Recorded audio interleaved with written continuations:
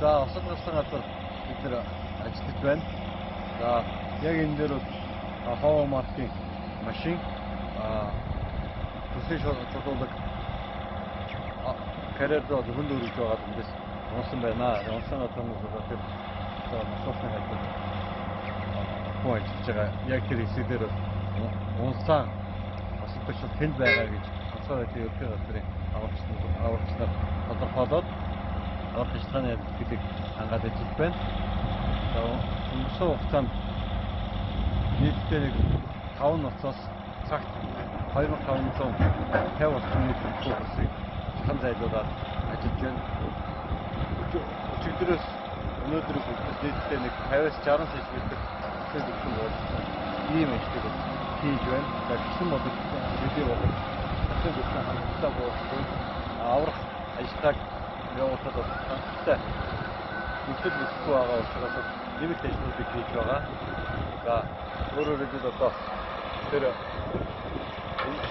нуурын баруун талд байж байгаа хэсгээс цаашаа 100 орчим метр суур хийж байгаа. Доошоо 6 метртэй. Энэ суугаар одоо нуурын үсэг 3 метр орчим бууд боломжтой гэж үзээд одоо ажиллаж байна. Одоо нэг 2-3 цаг орчим ажиллаж байгаа бол энэ суугаар ус гарах ажлыг өгөхөд бэлэн болохоор байна.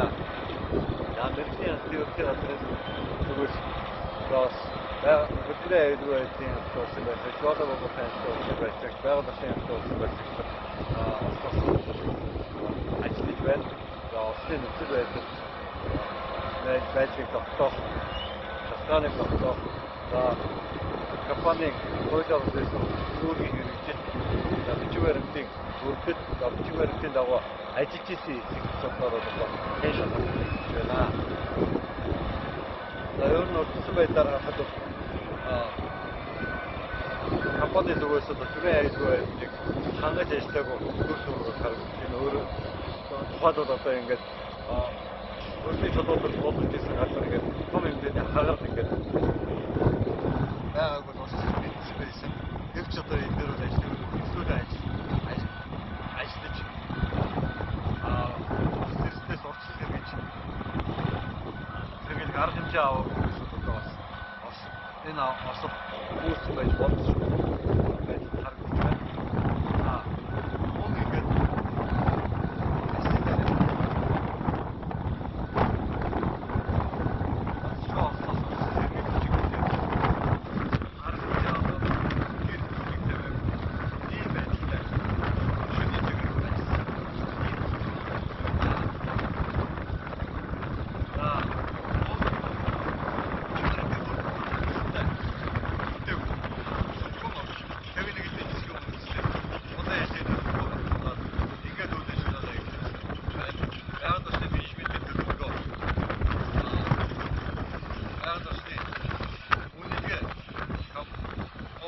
Бэлэн биш. Ер нь бол хэн шалгалт хийгээд бол одоо шаардлагатай бичиг баримтууд ерөөсөө байхгүй.